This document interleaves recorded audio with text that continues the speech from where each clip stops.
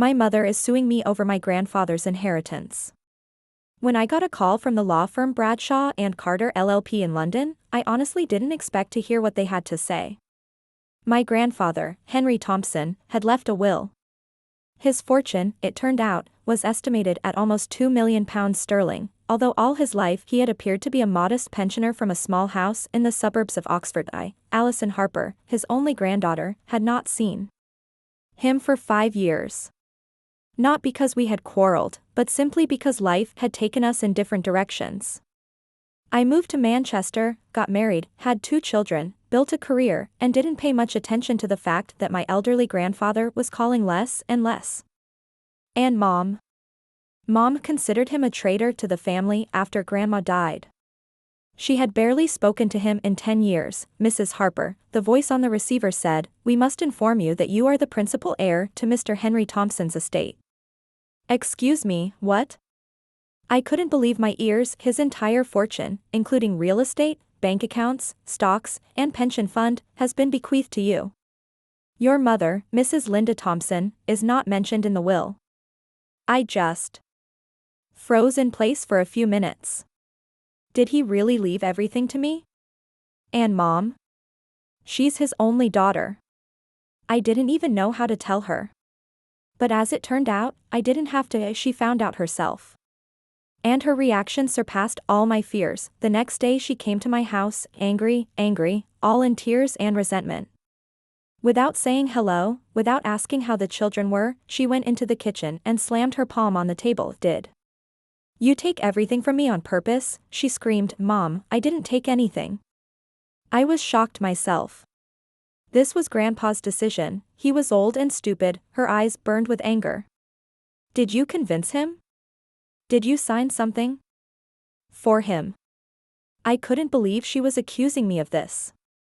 We had never been particularly close, but this was already too much. "I'm going to sue you, Alison," she said through gritted teeth.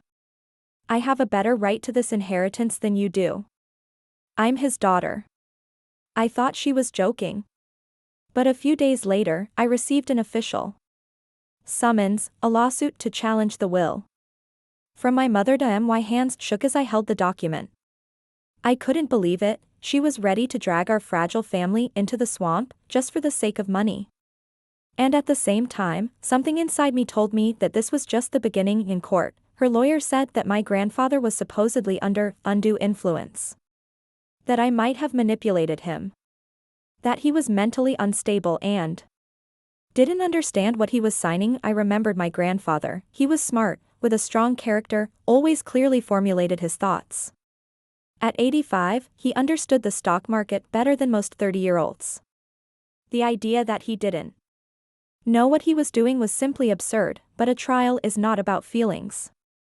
It's about evidence, and my mother seemed ready to go all the way. The following week, a reporter from the local newspaper knocked on my door. "Mrs. Harper, is it true that your own mother is suing you over an inheritance?" I almost slammed the door in her face. But she had already taken a picture. The next day, my face was on the front page under the headline, "Family War for Millions, Daughter Against Mother." My work began to crack at the seams. Colleagues looked at me with sympathy or condemnation. The children overheard the adults talking and asked me if my grandmother didn't love me anymore. My husband tried to support me, but I could see how irritated he was by the situation. I was losing everything. And worst of all, I began to doubt, was this inheritance worth destroying what was left of our family? But then I learned something that changed everything. My grandfather left me more than just money. He left me a diary. And there was the truth. About my mother. About my grandmother. About our family. About everything I never knew, and now I had to decide, should I reveal this truth publicly? When I got back to my house in Boston, a storm was raging inside me. I tried to focus on my work, but all I could think about was my mother's eyes as she refused to talk to me. It felt like I had betrayed her, even though there had been no betrayal. My husband, John, seeing my condition, made dinner and then sat down next to me in silence. I didn't tell him all the details of my conversation with my mother, because something inside me still hoped it was just emotion. But the next morning I received an official letter to it was a lawsuit. A real, legal document. Sarah Thompson. 5. Emily Carter for misappropriation of property. My heart sank. She really did it, I whispered. John stopped in mid-sentence. She sued me, John. My whole world began to crumble. The lawsuit stated that my mother considered my grandfather's will invalid, saying that he had been pressured to make the changes. She insisted that she was entitled to half of the inheritance, because as a daughter she had a natural right to a portion of the estate. I consulted a lawyer. He was straightforward. This is a unique case. If we can prove that the will was valid and that my grandfather acted voluntarily, you win. But my mother didn't seem to be giving up. She had a good lawyer. Every day I began to learn more about something I never wanted to know, how a family could tear itself apart over money. My mother spread the story throughout our family. In Philadelphia, where we grew up, I was called greedy. My Aunt Lori, with whom I was close, wrote to me. Your grandfather helped Sarah all his life. How could you do this to her after she raised you? I wanted to scream. I never asked for this inheritance. But I wasn't going to give it to someone who had ignored my father for decades and was now pretending to be a saint. I went to the notary who had certified my grandfather's will. He confirmed that everything had been done legally, but said he was preparing to be questioned in court. Your grandfather was very clear, he said. He said, I want everything to go to my granddaughter. She is my inheritance, not Sarah's. Those words broke my heart and gave me strength at the same time. If that's what my grandfather decided, I have the will to protect him. Meanwhile, my mother didn't stop. She filed another complaint that I had influenced my grandfather, convinced him to change his will. Her lawyer called in witnesses, some old acquaintances who supposedly saw me pressing on my grandfather. I began to gather counter-testimony. My colleague Tom, who had been with me during my grandfather's illness, confirmed that I had never once mentioned the inheritance. The nurse who had been caring for him in recent months also agreed to testify. She said that my mother had never called or visited during that time. I hadn't seen her once, she told me on the phone. And you were there every day. And yet, there was still hope in me. I didn't want war. I wanted peace. And I decided to take a step. I went to my mother. I went to her house in New York, with a warning, because I knew that without it she simply wouldn't let me in. Her gaze was cold, but she opened the door. What do you want, Emily? She said, without even calling me daughter. I want to talk. Without lawyers. Just like mother and daughter, she sat down at the table in silence. Mom, I know you're angry. I know you think I betrayed you. But I didn't ask Grandpa for this money. He made that decision himself. If you want to talk about it, I'm ready. But if you want war, I'm not afraid of it either. Mom smiled bitterly. Do you think I believe you? You've always been George's favorite. And I'm a shadow. Her voice trembled. For the first time, I saw not only anger, but also pain. All my life he thought I was weak, she whispered. And now you're just like him. You think you can control everything. I didn't answer. For the first time, I began to understand that her anger wasn't just about the inheritance. It was about years of estrangement, about the lack of recognition, about the fact that she never got the love she wanted from her father. But even so, I couldn't let her take what my grandfather had left me. We didn't agree. She asked me to leave. And I knew there would be a trial ahead. The court hearing was scheduled for 9 a.m. in the New York District Court.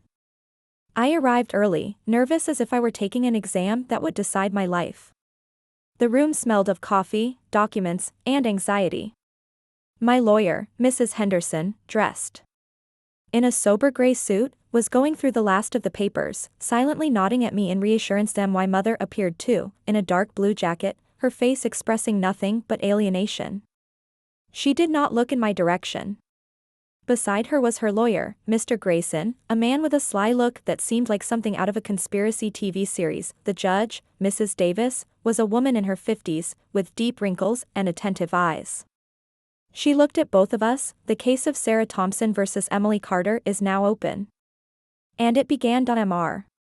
Grayson began his speech confidently, with a touch of drama. My client is the only daughter of the late George Thompson. She took care of her family all her life until her daughter, the defendant, took advantage of the old man's moment of weakness to influence him and force him to change his will. I barely managed to stop myself from interrupting. He was lying. But the system works slowly, one at a time. Our first witness was a nurse, Melanie, who had worked with my grandfather in his final months. She told him calmly and clearly how I had come every day, how we had read books together, watched old movies together.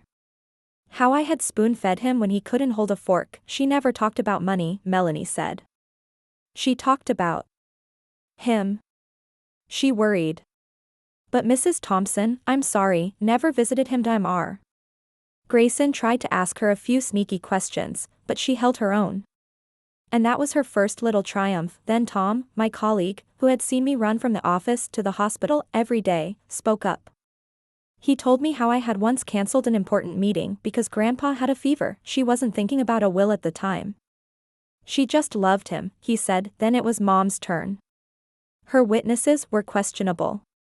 One of them, an old family friend I barely remembered, said he had heard me talking to Grandpa about redecorating the house.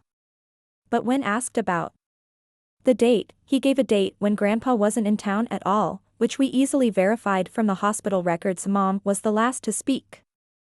And then something strange happened. I'm not saying Emily is a bad daughter, she began with unexpected softness. But she shouldn't have taken everything. I'm his blood, his child. How could he leave me with nothing? Her voice trembled. For the first time, I saw real pain, not resentment or anger, but something she had been hiding her whole life. The judge paused, then said, "We'll continue the hearing tomorrow." That evening I sat at home and thought about everything that had happened. My heart ached, not from fear of the trial, but from the realization that my mother and I had lost more than money. We had lost the ability to hear each other. I took out an old box of my grandfather's letters. There was a note I had received for Christmas 2 years earlier. Emily, you are my light. I am sorry I lost my relationship with your mother. I hope you will forgive me for all the mistakes I have made. For the first time, I realized that maybe my grandfather had not given me his inheritance as just a material gesture. Maybe it was his way of saying, righteous over my mistakes. I had made up my mind. The next day, outside the courthouse, I approached my mother. Her face was tired. Mom, I said quietly. If I offer you a compromise now, half the house, half the money, will you agree to drop the case? She was silent for a long time. I could see two fires fighting inside her, pride and fatigue, half, and not a word in the press. She finally said. I nodded, but Mrs. Henderson, the lawyer, took my elbow. You don't have to do this. We can win. I looked at my mother. And I understood, for her it was no longer about winning. It was about not being left behind, a forgotten daughter. I agreed. The judge approved a settlement. My mother received part of the inheritance, I received the other. But the most important thing, I returned home not with a victory in court, but with the feeling that I was able to save something. But this is not the end. Because when I told John about everything, he looked at me seriously. Are you sure that this was the right deal? And here a completely different story began. After the settlement, I thought I could finally breathe a sigh of relief. My mother had gotten her share, I had gotten mine. It seemed that the most dramatic circle had finally closed. But John, my husband, remained cautiously skeptical. Are you sure this is the end? He asked one evening, when the children were already asleep and the house was quiet. I can see that you are not relieved. I looked at him and realized that he was right. There was no real peace. Something was tearing at me inside, as if this compromise was just a temporary curtain for a real storm. A few weeks after the trial, I received an unexpected letter, this time not from the lawyers, but from a stranger in Oxford. He signed himself Michael Simpson and said that he had found some documents that could change everything I knew about my grandfather and our family. I couldn't help but be interested. Michael was working at the local library when he stumbled upon his grandfather's notes, hidden among the old archives. They were informal notes, letters, and personal musings that Henry had kept in his final years. He didn't just leave a legacy, Michael wrote. He wanted you to know the truth. The truth about what happened to your grandmother and why the family fell apart. I read those pages late at night, lost in my grandfather's words, which spoke of deep pain and disappointment. It turned out that my grandmother, Margaret, wasn't just sick, she was suffering from depression, and it had a profound effect on the entire family. My grandfather admitted that my mother had felt abandoned and misunderstood for a long time, and this was the reason for her coldness and resentment. But at the same time, he wrote about his love for both women in his life, his mother and his daughter, and about his desire to keep his family together. No matter how bitter it was, these letters shed light on something I had never known. They broke my heart and gave me hope at the same time. The next day, I decided to call my mother. My heart was beating wildly. Mom, I began, I found some letters from my grandfather. He wanted us to understand each other. In the silence, I heard her sigh. Emily, she finally said, I was afraid of these letters. I was afraid they would break us apart forever. No, I said, they can help us start over. Do you want that? We agreed to meet at the cafe where we had once been together before the trial. The IT was a difficult conversation.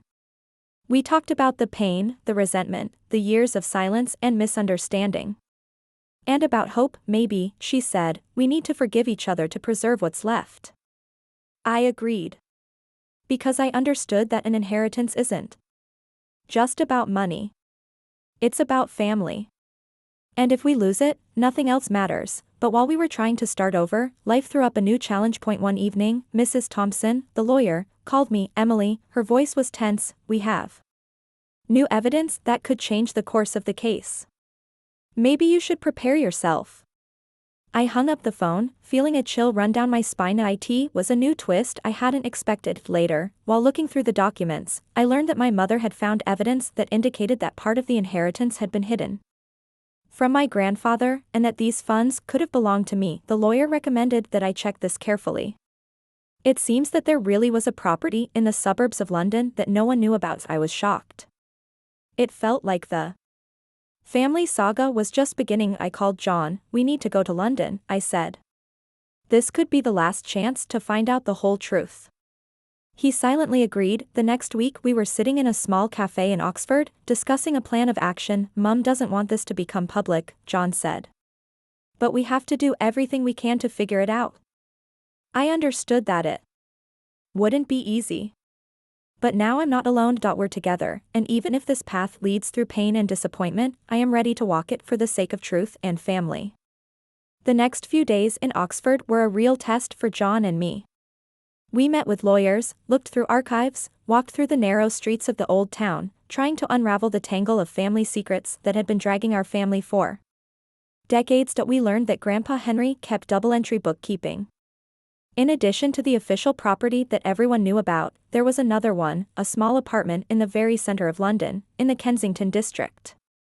It had been hidden from the family for a long time. Its ownership was registered in a shell company to avoid unnecessary taxes and scandals. Grandpa himself kept it a secret even from his mother. This fact could completely change the course of the court case, because the apartment that my mother had now opened could become evidence of her rights to a part of the inheritance. John and I understood. This was the last chance to find out the whole truth and close this story forever. Before returning to New York, I called my mother. Mom, I said, I know this is difficult, but I want us to end this together. Without scandals, without resentment. I want that too, she replied. This war has destroyed both of us. The court battle flared up again, this time with new evidence. The confirmation of the real estate and the facts about my grandfather's double life caused quite a stir. Judge Davis listened carefully to all the arguments and finally ruled. The court decides to admit the new facts and orders a redistribution of the inheritance. Taking into account the discovered real estate, my mother and I looked at each other at the moment when the decision was announced. In her eyes, I saw not anger, but tired hope. After the trial, my mother and I sat at the same table without lawyers for the first time in many years. We have lost a lot, she said quietly. But I want this legacy to be not only about money, but about us being a family again. I nodded, feeling that these words were the beginning of something new. Over the next few months, my mother and I began to rebuild our relationship. Open conversations, shared memories, even plans for the future. It wasn't easy, but every step brought us closer to each other. I realized that my grandfather's real legacy wasn't money or even an apartment. It was a family, with its pain, mistakes, and, most importantly, the ability to forgive, and even when it seems like everything is lost, there's always a chance to start over.